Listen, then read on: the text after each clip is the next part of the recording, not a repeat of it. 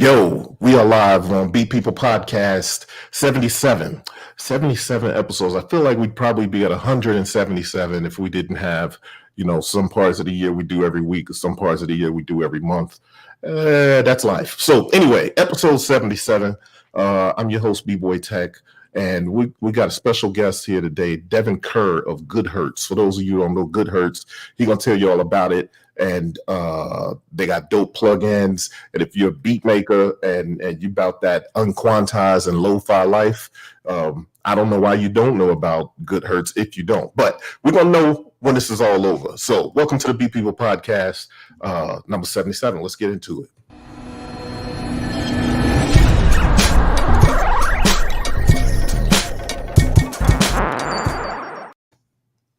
Yo, Devin, what's happening, man?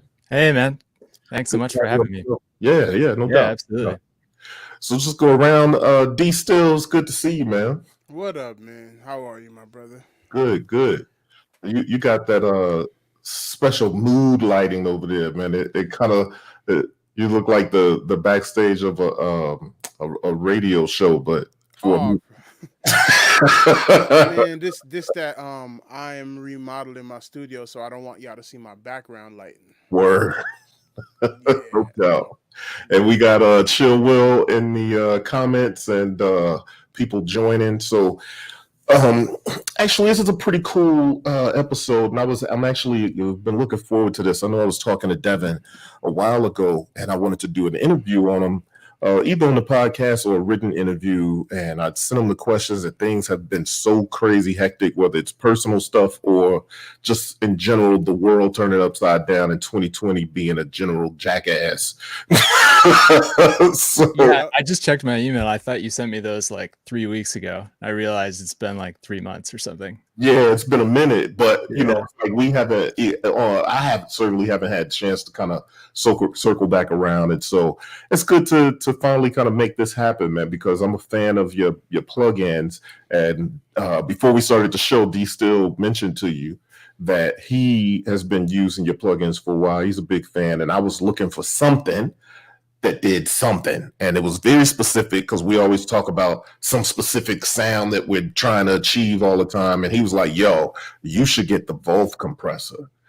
And it was Wolf and Lossy, remember? Yeah, Lossy. Cool. Yeah, that's right. Because when we were talking about I was like, yo, I upload beat videos so much to Instagram that I honestly, well, like, okay, I did this joint called Synthbap, this tape, and there was a dude that was so crazy about one of the beats on there on Instagram, and then when he heard it, now it sounds good on the tape on the release, but when he heard it, he was like, that don't sound like it do on Instagram.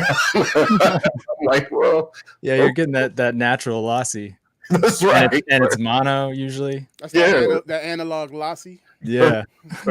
So yeah, man, it's like kind of dope. I think you guys do some really unique plugins and stuff. So I don't know. First, tell us about Goodhertz and how Goodhertz came to be. Yeah, so it's a pretty small company still. It's like 5 to 6 people. Started by myself and Rob Stenson. And we were introduced by Jack Stratton, who's the band leader of this band, Wolfpack. And I went to school with Jack at Michigan, and then Rob was childhood best friends with Jack. And so he kind of introduced us. At the time, I was like a full-time mastering engineer working in Michigan, and Rob was working as a coder in tech. And we kind of just started collaborating on some plugin stuff that I had been working on in college. And yeah, we kind of both almost just quit our jobs basically to keep working together and making stuff. We started first with like an iPhone app that later turned into one of our plugins, and then started working on plugins too. And Wolf Compressor was one of the first ones that we did. I think with like 2 others in version 1. Is this iPhone app still around? No. Okay. Yeah, it was a headphone listening app. Okay. So that became this plugin we have called Can Opener. Okay. which is Awesome. basically like makes headphones sound more like speakers. Dope. So it's Oh. great for like mixing on headphones, mixing in like a small space, checking on headphones. But it started as this like hi-fi audiophile kind of listening thing, and yeah, then it kind of morphed into a studio thing. The Wolf compressor, like that kind of started because Jack just from Wolfpack just sent me a 303, and he had showed it to me in person. I had showed him some plugin stuff, and he just like bought one on eBay, mailed it to me. Didn't say anything. He didn't say like, "Hey, this is coming in the mail." He's just like a random 303 showed up on my doorstep, and I was like, "Is this from you?" And he was like, "Yeah, What's up with this? can you make this a plugin?" And I was like, "I don't know. We'll find out." And so yeah, that's kind of how it started. Started with like 3 plugins, just me and Rob, and yeah, it's kind of expanded from there. We had more employees, more coders working on stuff with us. And yeah, just trying to make cool new plugins that we love using, that our friends love using. You know, kind of, especially being in LA, so many of our friends, you know, make music, ask us for different things, like, hey, can you make a plugin that does this? Can you model this thing? And yeah, so like we, you know, get ideas from that, and then see what sounds cool to us, see what gear we can get our hands on and check out to model. And that's kind of how all the plugins have happened. Most of them have been like, yeah, like people saying, can you make this thing? This doesn't exist yet, or it's something from the 80s that I can't get anymore, or something like that. That's dope. I'm glad you mentioned that about the 303, because I was going to ask you like how that all happened. Like, are you a 303 user and just love the thing so much? But it was basically your guy Wolf, is that his name? Yeah, Right. his name's Jack. Yeah, but Yeah. he's the band leader for Oh. Wolfpack. Yeah. So that's dope. But it's funny that he just bought it and sent it your way. Yeah. Yeah. Like, Well, it has a specific door. Yeah, it has a specific sound though. It's like not like none of the other SPs sound like the 303. Mm-hmm. It's so specific. Like, he was using it to run mixes through it and use the vinyl sim on those mixes. And wow, he was like, he sent me a bunch of stuff too, and he was like, can you try to replicate this with any plugins you have? And you know, I was a full-time mix engineer, so I probably have like 400 compressor plugins, and I tried combinations of plugins. I tried everything to replicate that vinyl sim, and nothing even came close to it. It's just totally its own thing. Yeah. What do you think makes the sound that way, though? I mean, not necessarily. I'm not really asking for you to really pick it apart, but I'm wondering, like, you know, when you think vinyl sim, you think there may be some low bumps, there may be some higher, maybe white noise, static stuff, and a couple pops. What do you think makes the vinyl sim on the 303 so special? I mean, the compressor is insane. Like, yeah, like having, so at this point I've like analyzed a bunch of compressors, and that thing doesn't follow any of the rules of a normal like at all. I got one really that I think crazy. you should check out. Okay, cool. It comes close, the Acme. Okay. It's an analog compressor? Yeah, but there's a plugin of it too. And and the goopiness of Wolf compressor. Yeah. That's the only way that I could describe it. Yeah. The goopiness of it. Yeah. The Acme kind of does some of the same things, and I've always been looking at buying a hardware version of that. Cool. Because I'm just like, oh man, if I can get the goopiness from that. Yeah. Because it's something, tell me if I'm wrong. The Wolf compressor is doing this weird thing where it's like, it's compressing, but it's also doing some sort of envelope shaping on like the high end, or like, weird. It's like it's rolling off. Definitely has a big roll off. Sorry, my bad. They're telling me to get closer to my mic. I'm using a different mic today, but it's doing some weird roll off on the top. Mm-hmm. And it's very hard to find compressors that do that. Yeah, it's like huge roll off that makes stuff sound more lo-fi, but then also like the craziest attack. So Mhm. like drums through it just sounds so snappy. Mhm. Yeah, it's really good. And that's like the thing Jack was trying to get, like that like Mad Lib or like Flying Lotus, kind of like this.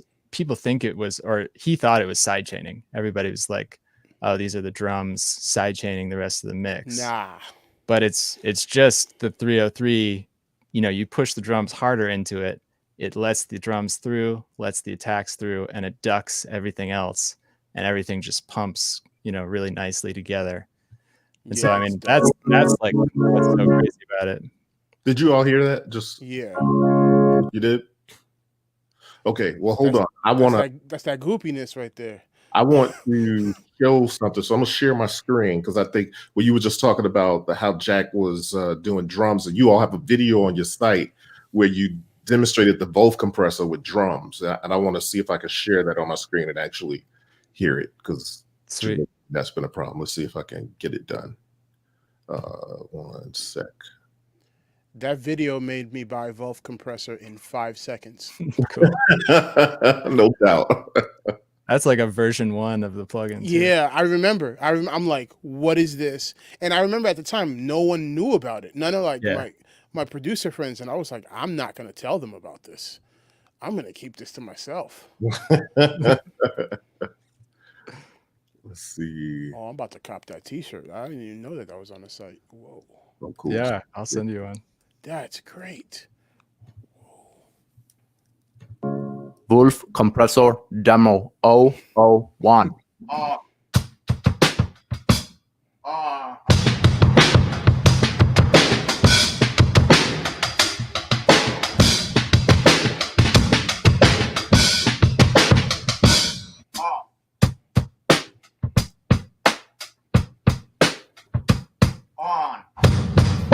Come on,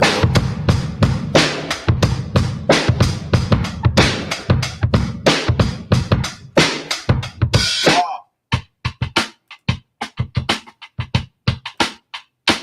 On.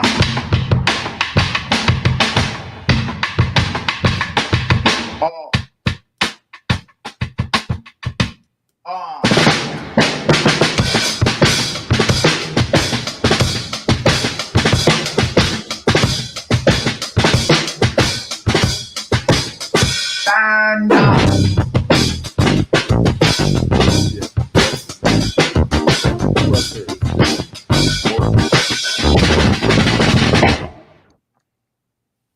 Yeah, that I bought that in 5 seconds from seeing the first thing. I was like, and Corey, you know me, I'm playing breaks all day. Mm-hmm. So when I saw that, I was like, somebody made a plugin for me, for little old me. The Wolf for me. I was like, there's Devin in the background, like, wait a D still gets a yeah. I was like, for some reason there was like, yo, you got to make this plugin for D Steel. It's called Wolf compressor. And I was like, yes, thank you. That's dope. Yeah, man. Yeah, I mean that's a huge difference. I mean, when you hear it A-B'd like that, you would honestly think not only is he doing side chaining, but you would think he has some other incredible, you know, chain that he's running the thing through. Yeah, people always thought we put reverb on that video, but it's just it brings release up. Yeah, it's that release. Mm-hmm. That's wild, man. Very, very cool. Speaking of reverb, thank you for adding a reverb to Lossy. Oh, sweet. Cool. That took it to like outer space for me. Yeah, we always like when we use it, we're like putting reverbs in front of it. So it really gives it something to chew on, kind of, and like you get all these weird digital garbly things. So we were like, yeah, we should just add this. So let's actually talk about Lossy then. Lossy, I always call it Lossy, but that's partially because I'm a little stupid about that. So listen, Lossy, what was the idea behind Lossy? I mean, obviously, it seems pretty self-explanatory, but talk about that a little bit. Yeah, sure. So that was I was talking to my friend Tyler Duncan, who's a producer based in Michigan, great engineer, and he was working on this album. And there was this like over the top drum fill in it, like kind of like an 80s, almost like a Phil Collins, like Tom's stuff. and he wanted it to be this like break where it sounded like a bad MP3, like something you ripped off Kazaa, Napster, you know, like 2001 bad like Skype audio stuff. And he was like, can you do that? Can you think of anything that can do that? And I thought like, oh, he means like a bit crusher or something like that, like a, you know, like another lo-fi plugin. And he was like, no, I want this like MP3 kind of nasty garbly thing. And so I was like, no, I can't think of any plugins that do that. Why don't you just bounce it to SoundCloud and like bring it back? And so that's what he ended up doing. I think something like that. But then we started working on this and trying to like take that idea, but make it so that, you know, it's not like an MP3 compressor is in Lossy. It's kind of like taking some of the same concepts, but just allowing you to push it so much further than that. Like you can, if you push the amount all the way up, it's like, it basically becomes like one grain, one digital grain, and it gets, you know, super garbly, almost like kind of water dripping type thing. Yeah, so that's kind of where the idea came from. And when we first released it, it was pretty early on, and I think most people were like, why would you want this? It's like, you know, at the time, I think you know, we're trying to avoid that. It's like, oh, we need higher MP3 quality. Like, you know, turn on the high quality setting in Spotify. Or like, you know, you don't want YouTube 480 or something. You want, but now, like the longer it's been out, I think the more people are like, oh, that's a cool sound. That's like the sound of 2005 or something, you know. Boom. So we had a conversation like that on here, right? Like, and it was partially talking about Lossy because I was saying like, yo, think about this. And I talk about my uncle too, because my uncle does music.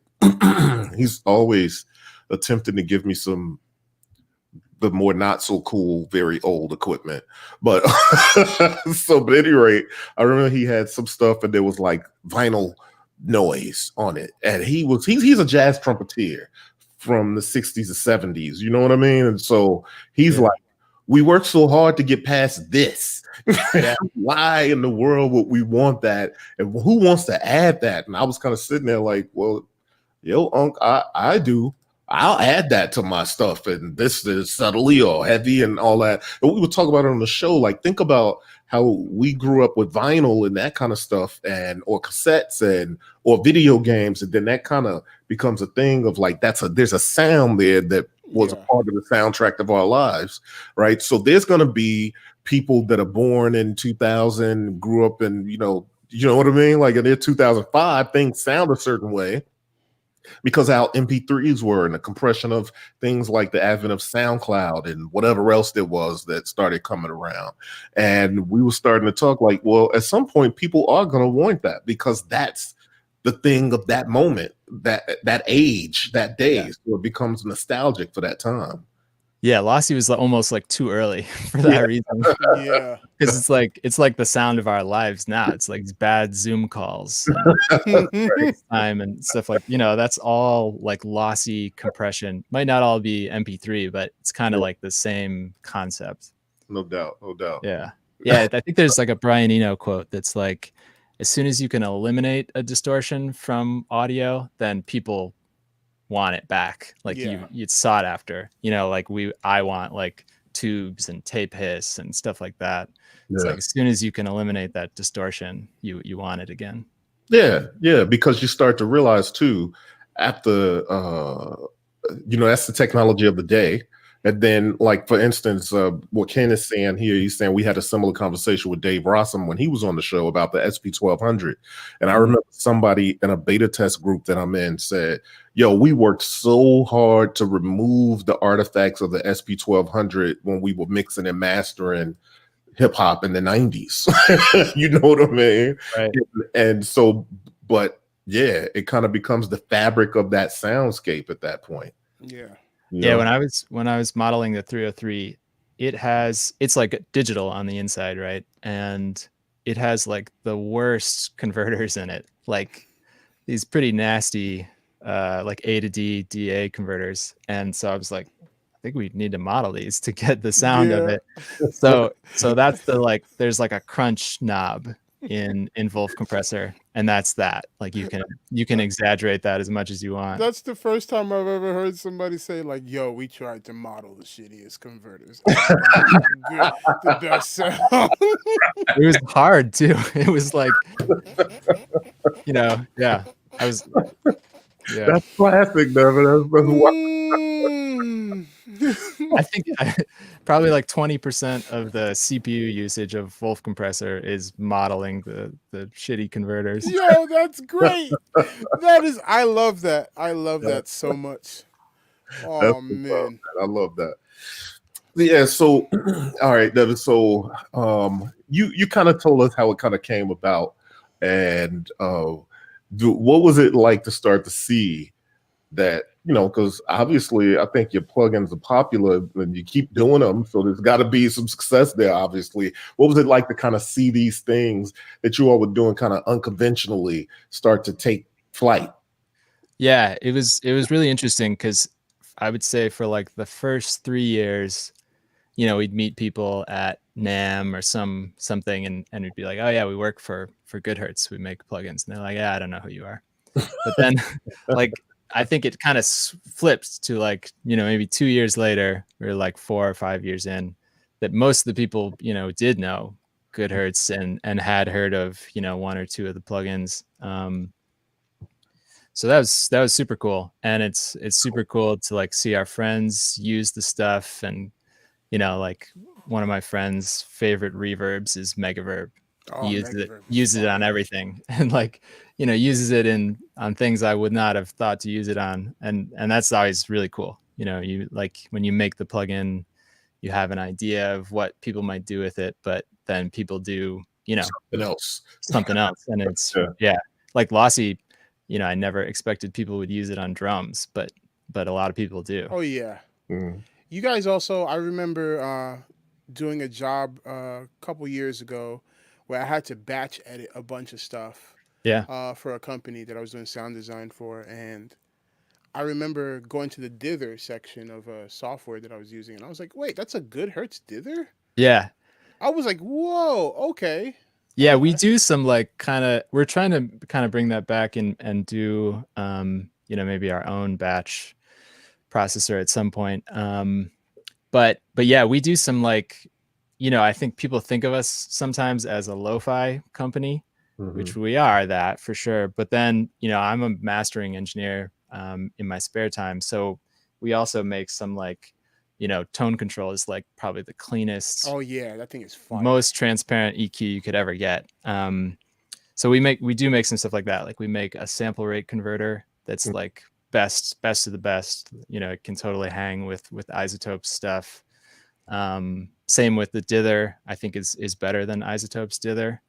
Yeah, so we kind of make some stuff that kind of straddles both worlds. Yeah, I'm a Myriad user, so I'm on that Yeah, all the time, and I saw it and I was like, oh, this is why it sounds better. Yeah, it's great. Cool. It's interesting though, is that whole juxtaposition though. Like, I kind of feel like in order to model things as well as you have been able to model things, that you would have to, have the level of understanding of sound and frequency that a mastering engineer would have to have. You know what I mean? I feel like there's some expertise that's almost expected on that side of the spectrum in order for you to hone in. You know what I mean? So righteously, like what you've done with the plugins that you all model. So I don't know if I'm surprised to hear that you do mastering and there's that kind of knowledge of that area like that. Yeah, that makes a lot of sense. Like you have to have good speakers to be able to hear. You're listening for these small distortions, small EQ stuff. So like, yeah, you kind of need a serious setup to hear it. It's funny, like anytime I go to visit another audio company, I'm always surprised they'll have some like bookshelf speakers in a corner somewhere. It's like, how are you like making audio stuff here if you don't have, the tools to listen to it? Yeah. So I mean, we try to do that a lot, is like, we all kind of have some decent setup, at least, even if it's in a bedroom, and like, yeah, really listen to all the stuff and Yeah, 'cause you gotta, tweak like it. you said, you're listening to these nuances and small things, and then it's like they're all stacked up on top of each other. Yeah, Make yeah, this exactly. great product at the end of it. Yeah, I want to bring to Ken by proxy and by way of the comment said, please do a batch processor when you were talking about dither and all that stuff, cool. the myriad and all that. Yeah, I'm not allowed to talk about it too much, but if anybody's interested, you can sign up Yes. for our beta Yes. list, and yeah. So I have one thing that I need to address because I won't be able to sleep tonight if I don't address it. Okay. Why is there no sidechain input on low high? Good question. Yeah. Do you want one? Yeah, because think about this, right? So we have Wolf compressor that has a certain vibe, right? Yep. But low high also has that limiter, Yeah. and the sidechain could act as an envelope follower for the filter Yep. and for the limiter. Yep. Yeah, you're right. That would actually take that plugin to a whole nother level of goopy compression. Right. It's crazy. And I'm always like, man, I want to sidechain this. And I always end up doing it by putting Wolf compressor after it. Right. Not really doing any compression, but just kind of just messing with the volume settings. But dude. The limiter in low high kind of turned into Faraday limiter. That's kind of like the same DNA. Gotcha. Faraday limiter does have a sidechain. That it does, yeah. But that would be easy to add, though. Would you want it?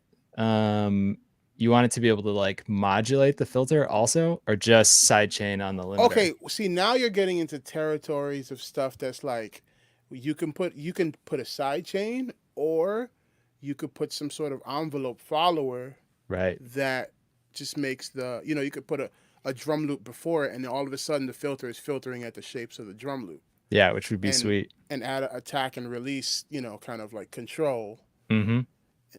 And that's like a version 2. I don't know. Yeah, maybe we could do like low high mod is that, or like low high envelope follower. Yeah. Another thing, I won't be able to sleep tomorrow. Not tonight. I'll be able to sleep. You're gonna have delayed insomnia. yo, two things. Okay, two things. Y'all need a crazy ass delay. Yeah. People ask us for a delay. That's like our most requested plugin. And Right? we were gonna make one, and then Valhalla. Do you know Valhalla DSP? Yeah. They made that tape delay, which I think is an awesome plugin. And It so when I is. saw that, I was almost like, I don't know if we need to make a delay. At least not right now, because theirs is great. Yeah, but their delay is safe. It is, yeah. I mean, it's cool. It has some great analog stuff. It's got tape. It's got Bucket Brigade. But it don't got them shitty converters. That's true. See that's our bread and butter. Right? That reminds me of like when St. Joe and I used to always talk, like when we started doing reviews and all this kind of stuff, there was very few of like the black guy hip hop voice and music tech reviews in that section of the world. And there's been times when I've gone back and forth like, oh well, other people have spoke on that piece already. But the key is always for us is that they don't give your perspective though. And there's a whole community, a whole audience that reads our blogs, watches our podcast that come for that perspective. Right. And I kind of feel like it's the same. Valhalla could make 10 more delays if they want, but they're not going to come with the Goodhertz vibes. Yeah, that's true. That's a great point. Also, man, I'm on a roll because every time I say something, my brain keeps spinning. Man, y'all got to come up with some container, man. Container? Okay, check this out. So, like, let's say I want one preset that's like Wolf, oh yeah, low high, and then Lossy, and then I put them in one holder, and then I could be able to switch them around inside there, and then in that thing, there's like a little mod matrix that I could, or Yeah, that would be because then free- you could just make low-hi mod. You know, exactly. There's like you a could free just flowing LFO that I could just move this and assign it to this and that and yeah, that and that. So sometimes I'll be sitting here in the studio making music and mixing, and I'll be dreaming. I'm like, if only they were yeah, able to read my mind, yeah. This But this podcast is recorded, right? Yeah. Okay, I'm gonna come back and we'll make all these ideas. I'm just gonna say this is an R&D conversation. Yeah, we should be paying you for this. No, I'm sorry, but Corey knows that because I'm a he's idea man. This is yeah. So I'm always moving like that. I'm a producer and an engineer and drummer, and musician, like regular stuff. But my brain is in modulation all the time. I'm on my modular. I'm on different things. So I'm always thinking of like, man, I want my plugins to be this way. Yeah, The way that my hardware is. yeah. I 'Cause mean, then I'll feel- so many effects are just like something simple plus modulation. Like Yes. chorus is just delay plus modulation. Yeah. Mhm. Wah or like auto wah is just a filter plus modulation. So that takes it into a totally different zone. It doesn't even sound like the same thing. Like chorus, doesn't sound anything like delay. It's its own effect. So yeah, I mean, I think adding modulation or doing like container thing where everything could be modulated would be sweet. Look, all you gotta do is make it and just hide my name in the presets. That's all you gotta do. Just hide my name in there, like, yo, D Steel set to do this one. That's the name of the preset, and it's just a crazy ass tremolo. You might have to make a few presets for the thing to, But yeah, never know. It's dope. That reminds me of Slate. What is it? Slate. Oh, the mix track. Yeah, the track. Yeah, that's dope. I love that thing. Yeah, that's like the same idea. I don't like how, because Slate used to have those plugins and you could use them outside of the mix rack. Yeah, now you have to only have. Now you have to. But I think if we did it, I'd want to make it so like, you can use the plugin separate or you can put them in the rack. Yeah. Yeah. Dope. I like the virtual mix rack. It's cool, but I feel like in order to use that, I gotta wear like, a t-shirt that says like Gibson on it and like work front of house at a venue. Like, it just doesn't really inspire me to like make creative, super weird decisions. Yeah. Anyway, that's just me. Sorry. No, I wanted to ask you too. So when you model things, do you tend to still use the devices that you modeled, or after that, those things tend to collect dust in the closet after that? Yeah. Have the plug-in. Yeah, the second one. Like even the people we borrow, a lot of times like it's borrowed from a friend or something who's like, hey man, you gotta model this thing. Or like I have this great tape machine. Like the tape models in WoW Control. I think there's like 3 different tape models. Those are all 3 different machines borrowed from our friend Theo Katzman, who is also in Wolfpack and great solo artist. And I think after we made those, I don't think he used the tape machine again because it just, it captures it pretty well. And it's just so hard to, some of those things they're hard to set up. Tape especially is like you need to calibrate it correctly. You need to bias it. You need to, make sure your tape is clean. You got to do tape splicing, which I mean, sometimes is really cool to have those limitations and stuff. But, it's great to have it as a plugin too. Yeah, I don't got that type of time, man. I ain't trying to be, catch me with a blade cutting tape and fam. Yeah. Yeah, it's hard. AAX me. Yeah. Yeah, I mean that's the same with the 303. Like, it's kind of hard to, if you're running mixes through it or something, you can only use one, and they, they break and stuff. I think we had like 3 of them, just so I could check the characteristics on each of them. I think by the end of it, one of them broke completely, wouldn't even turn on, and then the second one, like one of the channels stopped working. So, I mean, with a plugin, that's not going to happen, of course. Here's the interesting thing, too. How long have you guys been around? Is it 5, 6 years? 6 years? Yeah. yeah, like 2014 is kind of the It's still official. a relatively young company. Mhm. It's still a pretty small company. You guys got 14 plugins on your site. That's a good catalog of stuff. Yeah. Like, what do you think there's a gap anywhere in there? And without spoiling any future products that you have coming up, like, where do you think the gaps may be, or even, you know, things that you find interesting that you like, I wouldn't mind tackling that thing. Yeah. Yeah, I think there's a ton of gaps. Like we have our own internal list, and I think we're up to like 57 internal plugins. And so yeah, it's a lot. And some of them like just they started as a cool idea and then died. But some of them are, I think are really cool and should be out there. Yeah, what's one I can talk about? We're doing one is pretty close right now. That is kind of does some tube and tape stuff in a really simple, like the front page of it is like I want to say it's 3 controls. So it's kind of like you could put it on every track. Sold. And it sounds really cool. There's some stuff in it that I had wanted to do with like tape biasing, where you can, if you bias the tape, you can get a completely different sound. And like it's the only way I've ever gotten, like it does some crazy things to kick drums. Like I can get like the Questlove Voodoo kick drum perfectly from it, which is like I've never been able to get that before. I don't know what they did on that record to get that. Yeah, that was some incredible, like almost everything on there is stellar. So you said the Questlove Voodoo kick drum, I knew exactly what you were talking about. Yeah.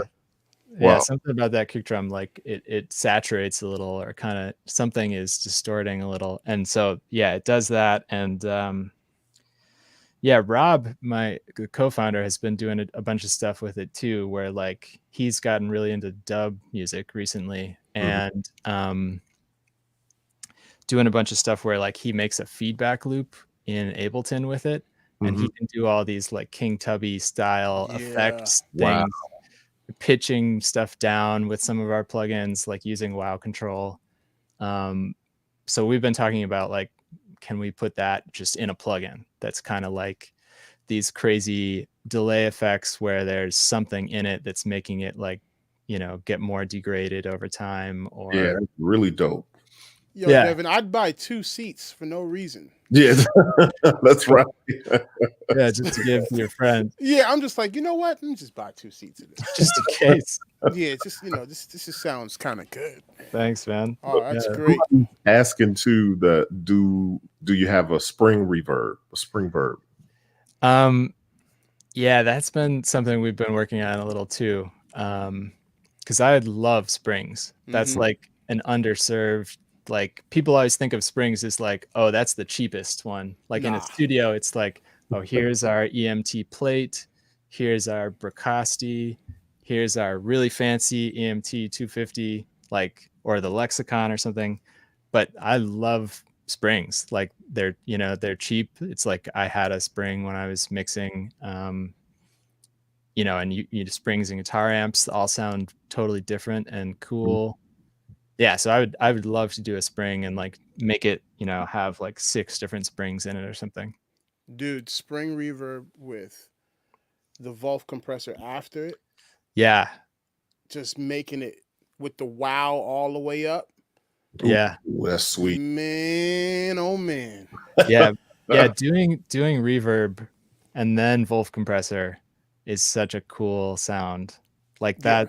That's like, I remember that was like the first time I heard something like the Justice sound from that album. I think it's like 2004. Guitar sounds like that's just reverb and then compression after it. Y'all might need to do a more noise version of Wolf too. Wow, that's great to hear, because people complain about that noise. Really? Yeah, man. But that's part of the magic, though. That's why, like, everybody's like, why don't you just make it default to no noise? Like, and then you can turn it on if you want to. But the problem is that's such a big part of the sound. Yeah. Okay, Yeah. everybody that's listening, do me a favor. Go put that Wolf compressor on something, right? And then put a bit crusher after Wolf compressor with the wow and watch the noise do some crazy cool stuff, modulation on your joint, and then thank me later when you make a dope ass sound with that. I'm gonna thank you this afternoon. Yeah, that's all I'm saying. Because that noise could shape you. What it does, it fills in the gaps of a lot. Like you have drums going through it, and that noise is acting like extra material for your cymbals, for all that sort of stuff, Yeah. man. It's adding a bunch of vibe. No doubt, no doubt. It draws a bunch of attention to the pumping, which is cool because you hear the noise pump when the drums hit. Yep. Yeah. Cool. Man, that's so dope. Yeah, that's what's up. I know that I lost sleep using Wolf compressor for a few nights. And I was modeling some drums that I was, working on some sound design. And I made this chain, and after a while, the chain didn't matter so much as Wolf compressor did. You know what I mean? It was just because it's a playground of things. Something else that I think is unique. Not only you all got good attention to detail when it comes to the sound of the plugin, but I really like the UI design too, though. Yeah. Awesome. Yeah, that some people don't like it, because a lot of the other plugin companies are, just knobs and pictures of hardware. And that's all Rob, the co-founder. He doesn't come from a plugin background or like a mixing background. So his approach to it was just totally different. Like we're not going to do any knobs anywhere. So just, you can move things with a mouse. Yeah. And, it doesn't need to be a picture, doesn't need to have screw heads or any of that stuff or spinning tape reels. Right. Stuff like What that makes me think of too is it's like a repeating of the time, right? Like when analog synthesizers came out, the only thing they could think to do with them is try to make acoustic instruments with analog synthesizers. Right. And then when digital synthesizers came out, they only tried to sound like analog synthesizers. You know what I mean? And as time went on, people started saying like, oh, well, this analog synthesizer has stuff that it can do that is unique to it itself. The same. So I feel like this is kind of one of those things. When people started creating and modeling gear and making plugins and different stuff and DAWs and stuff, as this thing has progressed over the last couple decades, it's kind of like, we want to make our physical environment in the virtual environment. And it don't necessarily need to be that. Like I think if you step away from that, it can be something unique and a part of the experience. And I think that's what your guys' UI is kind of providing, just letting it be what it is and kind of build on something new. Yeah. Thanks so much. Yeah, it's kind of like digital native. Like it's meant to be on a computer screen, and it doesn't like bog down your computer trying to make it look fancy or something. Yeah. Man, speaking of bogging down computers, you guys ever think about getting into hardware? Yeah, it's been talked about. Yeah. Like a pedal or something that's like your algorithms in that joint, like that'll be. Yeah, I think it'd be pretty cool, especially like because if you use the plugins making the record or something, and then you go tour. Like one of my friends is like, he uses trem control on all of his guitars, and so he had to try to find a tremolo pedal that would sound like that. And so yeah, like I think that'd be sweet. Yeah, because I find myself like whenever I'm playing bass or whenever I'm tracking drums, I'm like, man, I wish I could run this stuff through Wolf going into the computer, so I can get my sounds that way going in, so I don't have to really put it on every channel. Yeah, and then it affects the way you play too. So like if you could hear it, monitoring it, that's a big part of it too. Yeah. Oh, another thing for those that are in the chat, if you use Megaverb, mess with that duck and gate feature because it will change your life. And put it on dirty, the dirty lo-fi reverb version of it. That's the best. Sorry, I just had to tell them because No, that's dope. You know what this people show, don't know, man. People don't know. this show is going to, like, this particular episode is just going to be like a Goodhertz reference. Yeah, Like, this is great. I'm gonna reference this. tips and Like, tricks. dude, I'm a Goodhertz manual. Hey, anybody needs to know stuff, just hit me. I'll do a tutorial. Yeah, the gate, that's like advanced Megaverb. That's on the second page. Bro, I love it. I love it. Yeah, that stuff is complicated. So we were like, yeah, we got to put this in the advanced section and just put it in the presets. Look, Devin, I put my plugins to the default where you open up advanced automatically. Yeah, cool. Because That's because when I open them, I'm already in the mind state of like, I'm gonna get creative. cool. So I don't open up that simple view. Like, hey guys, You go the whole full screen. hey guys, everybody in the chat, click that check mark or the 3 dots. I forgot which one it is right now, but open that joint up. First of all, put the window size as big as you can. Put it to 200. That's right. Put it to 200. Take up the whole screen. Look, I'm saying this because I'm passionate about these plugins. They've changed my sound. The reason that I sound the way that I sound, because the reason I could feed my family and provide and do all this music stuff, because Goodhertz did some really cool stuff that I didn't tell a lot of people about until other people started finding out about it. And I had no choice to tell them, like, yeah, I use that too. Yeah. Thank you so much, man. So, yeah. Goodhertz is one of those kinds of things. Certainly, I know. So it's one of those kinds of companies that makes plugins that you'd be like, yo, that's my secret sauce. Yeah, I don't want nobody to know about that. So, look, that was the first time that I was secretive about a plugin. That's right. So look, listen, Devin, you all did it to yourselves. So if you find that, like, hey, like in the first few years, not enough people know about us because the ones it's that my fault. were It's like, my fault. don't talk about it. It's like Fight Club. Yeah. Yeah, and we don't do like any advertising either. So it's just like kind of under the radar. Right, no doubt. That's kind of cool. So somebody said, now everybody knows. Here's the other thing, though. I got to tell you from a perspective of being D-Still's friend, D-Still uses a lot of dope stuff. Some stuff we all know about, some stuff not many of us know about, and I'm sure there's some secret stuff anyway. Oh, yeah. He's just a dope-ass guy. I'm all right. I clap on and two whether and y'all four. know it or not, he's one of the forefront sound designers in the world. You almost cannot buy a piece of gear that has some sort of sounds designed in it that him and MSX are not a part of somehow. When I got my fourth, I was stuck on like 2 kits, and I'm a sound designer myself.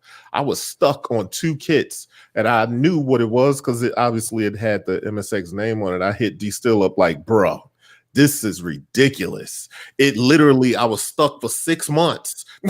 And it probably has Wolf compressor all over it. Wow. Cool.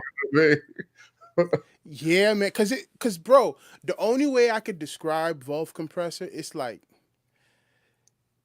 a booty on a compressor. Yeah. It's like you ever seen that meme of the dude that's looking back while he's walking with his girl, and then he looks back to look at something else, like this other girl walking by? That's Wolf. It's just like, what is that? Like that, bro. That's what Wolf did to me. Wow. Yeah. It just totally, bro. I put Wolf on my Electron analog rhythm, fam. Yep. Changes the drum machine. Right. It's true. That's great to hear about the advanced thing, though, because Rob and I always fight about how many controls a plugin should have, and like, should it be 3 knobs and simple? Because there's if you're not an advanced user, then once you get to like 10 plus knobs, stuff gets pretty complicated. So we're always trying to make it so that people who are just starting out can use them, but Yeah. then also pros can use them too. But it's That's- really hard. I think that's a dope way to approach it, though, and to kind of say this is the core of what people are going to mess with. But for those that want to dig in, you know what I mean? They can get this thing expanded, and there's all of the other stuff that they can really dig into. And you know, I think that also is a way that your plugins probably grow with people. You know what I mean? As people get to know the plugin, and they eventually want to go a little further, and may look up a year down the line and be like, "Oh crap, I didn't know, or I forgot that this could do that." Yeah, it's a dope way to approach it. Cool, awesome. It's I remember when I first got Evolve version 1, I was definitely like a one pager dude, like the first, like, just because I just wanted to hit that compressed, you know, slider all the way up and just be like, how much can I abuse this drum sound that I'm using this on right now? Yeah. And then it got to a point where I was like working on records that were a little bit more conservative, where I still wanted to use Evolve compressor as my main compressor, but I didn't want the wow, didn't want the noise. I just wanted all the vibe. Yep. So that's when I hit that, you know, 3 dots, and it opened up the world for me. And I'm like, oh, I could change it. I could change the cassette, you know, lo-fi. I could change all this stuff. And it kind of gave me diversity when it came to the different tones that I can do. And that's a lot for a lot of your plugins. Like the tremolo plugin is nuts. I even use that as a vibe source, where I turned the tremolo off and just use the tube. Yeah, you're gonna like our next plugin then. Oh, dude. Because we're in the same boat. Because like I would, like on a master, you know, you don't want to use tremolo on a master, but I wanted that tube, and so I get it. See, man, we long lost cousins, man. That's it. That's what it is. We long lost cousins. You just from the light side of the, you know, family.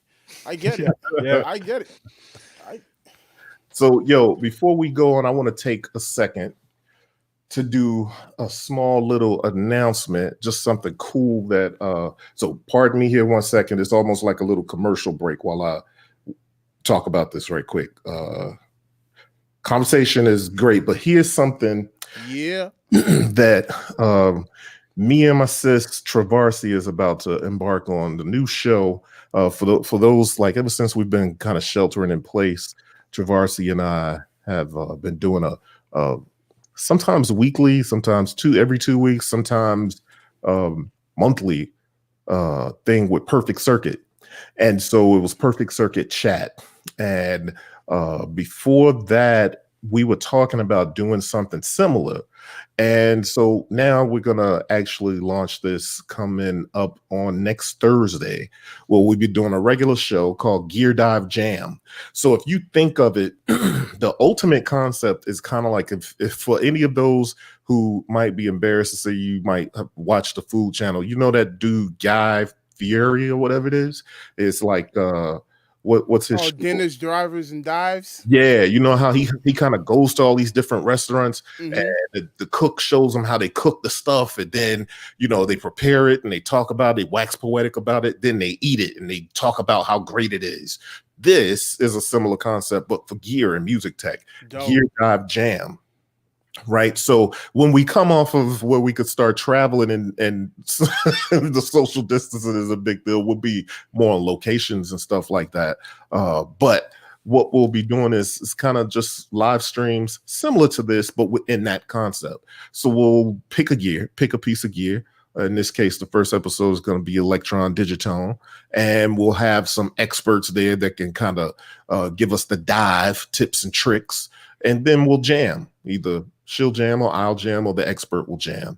And so the first episode of Gear Dive Jam is coming up on Thursday, September 24th at 6 p.m. Pacific. It's going to be featuring the Electron Digitone, and we're going to have guests, Voltage Controller and Rhythm Droid. Obviously, everybody knows Voltage Controller. If you follow him on Instagram, he's prolific with his Octatrack and his Digitone, his Digitag. And Rhythm Droid, incidentally also named Devin, He used to work for Electron. And so we're just going to chop it up about the Digitone, get some tips and tricks. And D Still, this is similar to what we also did on that Perfect Circuit episode where we talked about the force. Oh, yeah. Right? All That's four of us dope. were there, and we had our force, and we all played a little micro set with the force, and then we gave tips and tricks and kind of talked about it. That was a really popular episode. So this is all of that encapsulated is Gear Dive Jam. So we hope you guys will come through and rock with us on Thursday, this coming Thursday, 6 p.m. It'll be on the channel, and there's going to be a Gear Dive Jam channel. So on that show, we'll be asking people to subscribe so we can, boost that up. And that concludes my commercial. Dope. I'll be there. Dope. So, yeah, I've really enjoyed this conversation, man. I mean, I think it's pretty dope what you guys do. Like, there's a lot of DSP people out there. Maybe there's not a ton, but I mean, the more we do this kind of stuff, we meet a lot of people that do DSP. And I feel like there's sort of like what I was saying before, this sort of angle where people want to produce things that have been done. And no one goes the less traveled road of doing something that kind of hasn't been done, or at least kind of takes an angle. Because like, for instance, with the S2400, I don't know, Devin, if you know about the S2400, it's by Isla Instruments. It's the SP1200 sort of reincarnate, almost reimagined hardware. And it has so much vibe. And it started out being based on the SP1200. And now I feel like it's its own thing, just reminiscent of it. And what you don't hear nowadays, like I'm sitting here with the Force and I got a rack full of drum machines and samplers and stuff. And so the MPCX, I love it. The Force, I love it. But what I had to realize is that they sound clean and pristine and they have punch, and that's all beautiful. But when I got my MPC 2000 again, a couple months ago, I was like, oh, my 2000 XL, like, it has a whole different vibe that I didn't realize when I got it back in 2002, back in the day. So I think it's kind of dope that you all kind of straddle that line of like, we're going to do something that's familiar, but we're going to take it in a different direction. So keep up the good stuff. And actually, let's just talk about that for a second. Is that kind of part of what you all are trying to approach or trying to focus on when you develop things? Yeah, oh, definitely. For some reason, I don't know why, but like, I've just never been into just carbon copy of things. I think it's just not it's not fun or that exciting. It's like, if you really want an 1176, just go get the hardware. I don't want to copy it, or, get another plugin that copies it. Like, I want to make things that are kind of, new, have something different or inspiring. And like, we get inspired a ton by past gear, old analog gear. But we usually try to put our own spin on it or do something new with it. Like, I remember when we were making the Wolf compressor, I was almost done with it, and I hadn't done like the release modeling yet of the compressor. And I sent some of it to Jack, and I was like, hey, what do you want us to do on the release? Do you want us to nail it perfectly, or do you want it like it is now? Because the way it was crazy. It had this like even more aggressive compressor basically than a 303, and it sounded super cool. It had this like almost like a vacuum sucking sound. Like, it's really cool. That's dope. And so, and he was like, well, I don't know which, should we model it perfectly or keep it with this crazy thing? And we did a bunch of tests, A/B'd them, and we were like, man, this new one is cooler. This is more interesting than the other one is like kind of a more gradual release. So we went with this one. And they're both cool, but this is like, more unique sound. I think that's dope. I think that's the kind of stuff I like, that you guys are willing to take chances. Yeah. And I think it's doing something dope, whereas it feels like Goodhertz has carved out a space. You know what I mean? I was talking to some marketing and branding folks that that's what they do for a living, because I'm always interested in how everybody does everything. They were saying about a concept of like blue ocean and like how you need to separate yourself as a brand, yet still appealing to your audience. And I think whether consciously or unconsciously, you all have done that. Cool. So, Yeah, that's great. I mean, I get like, it's interesting seeing like the business side of it. I get why people, you know, take a picture of an 1176 and sell it that way, because it's just like there's a built-in audience of people who used those. But I mean, there's also people who never used them, and you know, they never used an 1176 or an API or, you know, this kind of expensive studio gear. And so yeah, we kind of want to hit that audience too. We got to start using things like vintage Ableton sound, or Yeah. like, you know, you throw those words around and then that, you know, we forget rent and food this month. like in 30 years, we're gonna be doing like vintage like FL Studio DSP like algorithms like for everything, because it's gonna be, that's basically what's gonna be vintage in 30 years. Yeah, exactly. Shoot, and another 10. You know what I mean? Like that fast. That like Pro Tools Deverb was bro, terrible. Like back in the day, I was like, I will never use this reverb. But I pulled it up the other day and I was like, this is actually kind of cool. Look, man, the some of the stuff in Pro Tools, I remember the Verify plugin. I love that plugin. Nobody's done it right yet. No. Yeah. Man, and Pro Tools tried something. I remember that Heat. Yeah, I remember that. Heat. Oh man, it sounded so bad. Yeah, I hated that thing. What's funny is that you say that with glee on your face, though. That's what's funny. Like, oh, because you know me, Corey, bro. Corey, you know, dude. Like, it's funny. Like it's interesting because the other day, a client hit me up for a mix of something, and he was like, "Hey, can you send me the stems for this?" And I was like, "Sorry, dude, I can't send you stems for it." And he's like, "Why?" I'm like, "Because the stems are going to sound different than the 2-track that I sent you, because I ran the whole entire thing through like Wolf compressor and then through my SP404. I dropped the pitch like half a semitone. So everything is like half a semitone out of tune. But that's the vibe that I'm looking for the track." He's like, "Can you duplicate it in stems?" I was like, "No, I can't." Yeah. So it's just one of those things where like sometimes things sound really bad to some people, but to me it's just all the vibe of what I'm looking for that stuff. And then if you take it away, then they understand why it was needed. Right. Well, I've definitely had similar situations where I've sold beats and then gave people multi-track or stems, and then you when you hear it after they've so-called mixed it and done whatever the hell they've done to it, it's like they've removed all the vibe.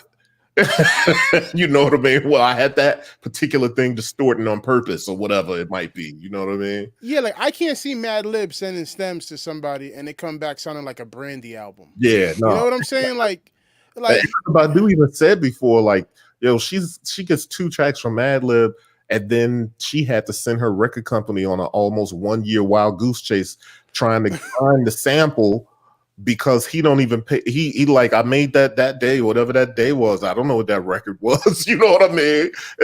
Nobody knows, and then we got to go find it. So, hey, it is what it is. Oh, that's one thing that I was going to bring up. I'm actually very happy that I haven't seen Goodhertz jump on the vinyl bandwagon. Yeah, it's a real bandwagon. There's a bunch of free ones too. Well, it's because you guys have a lot of lo-fi aesthetic, but I've never actually seen you market yourself as a lo-fi brand. And I find that really important, because you give yourself room to grow. You give yourself different perception from different groups of people that use your product. So I'm actually very happy that you guys haven't marketed yourselves. Was that a intentional thing, or is it just because I do think that sometimes people bandwagon on things like lo-fi just because it's popular right now, but I also think that people run the risk of blocking themselves in once lo-fi is not the hot trending thing, and it doesn't mean that the products, you know what I mean, won't be viable after that. So is that kind of sort of intentional?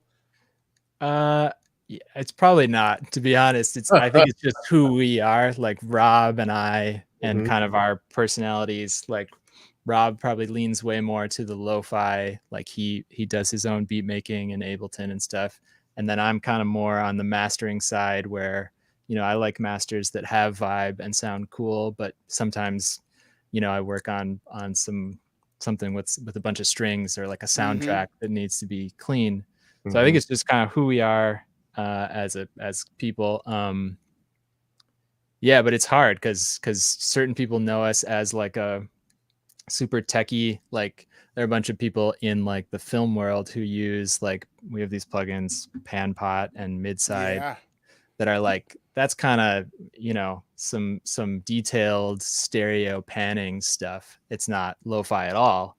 So we kind of hopefully we hit everything. Well, Midside, I use it for vocal cancellation.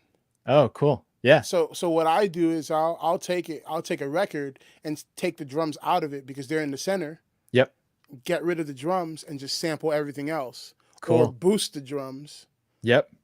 So Panpot is fire because I modulate that with LFOs and that turns into something else. Cool. Yeah. But it's one of those things where like your plugins have a vibe and they could be used in the context of anything that you're making. Like the other day I was working on a track that was kind of Radiohead-ish, guitars with very saturated drums. Of course, Wolf was on the drums, but Wolf was also on the guitars, gluing them together and giving them that wobbly, that wobbly tape. Because they weren't recorded so dirty, so it was like kind of overdrive, but not too much.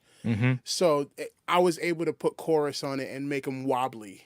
Cool. And the chorus came from Wolf because that wet dry mix on Wolf gives you an instant chorus. Yeah, I think that's the thing, is that like with the wet dry or with any of our plugins, we usually have that like global slider at the bottom. So you can start out with a super vibey crunched sound and then just pull it back.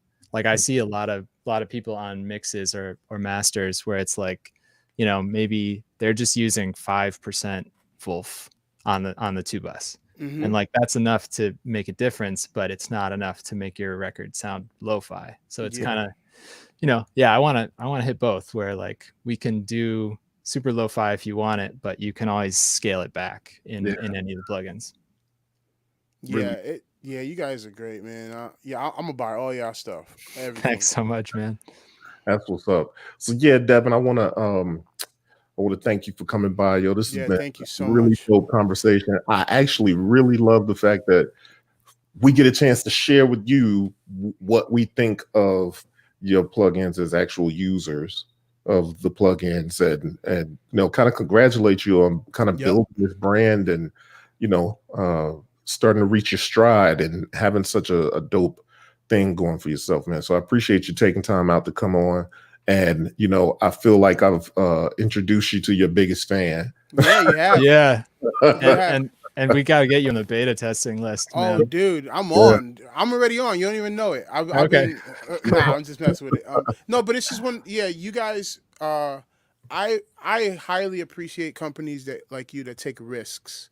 Cool. Because, pardon my French, but not a lot of companies have balls to make things that they find true to themselves, not just things that are, people will definitely buy this, but stuff that's useful tools and creative tools that sound nostalgic, but also push future thinking. And that's one thing that Goodhertz is really good at. Cool. So I'm a huge fan, and now I tell everyone that I use them. Not the first couple years. Because I didn't want no one to steal my sauce. Yeah. But, well, I'm a firm believer, D. Still, that you may have told people the plugins you use, but I think your book of tricks is massive. Because I'm a weirdo. I'm also a weirdo, and that's just I've No, always had to cook with what's in the fridge, you know? no doubt. So, yo, as we end this, I'm going to end this with this. Well, first, thanks for coming by, Devin. Yeah, thanks so much for having me, and Thank you so much, thanks Devin. for using our stuff. Thanks for talking about our stuff. You know, Yeah. it'd be great to do some stuff with you, both of you. You know, D-Still, and you know, if you ever want to do anything like a Yeah, giveaway man. or something, B-Boy. Oh, yeah, B-Boy that would be Tech awesome. support, that would be sweet too. That'd be super dope. We got to set that up. And so cool. We're going to start to get out of here, but I'm just going to tell y'all one more thing before we go, because I got stuff that I got. Yes, I know about Is this. B-Boy Tech excited? And some of you all may know, I don't know how many people actually know that, Modbap Modular is a company, a brand that I'm kind of creating and cultivating. And our first product is going to be announced on October 10th. And we've put a lot of love and a lot of development, a lot of back and forth. I think it's going to be some cool stuff. And so this will be the first of many. And so on the 10th, on 10/10, we're going to do another show here, but we're going to have some of the beta testers and some of the people that have been involved, and we're going to talk about it and premiere it. So be sure to check that out. And yeah, this has been another exciting episode of Beatppl Podcast. This is episode 77. My man Devin Kerr came through. We got D-Still. He's here and giving tips and tricks on Goodhertz plugins. So thanks for stopping by. We'll do this again next time. All right. Peace.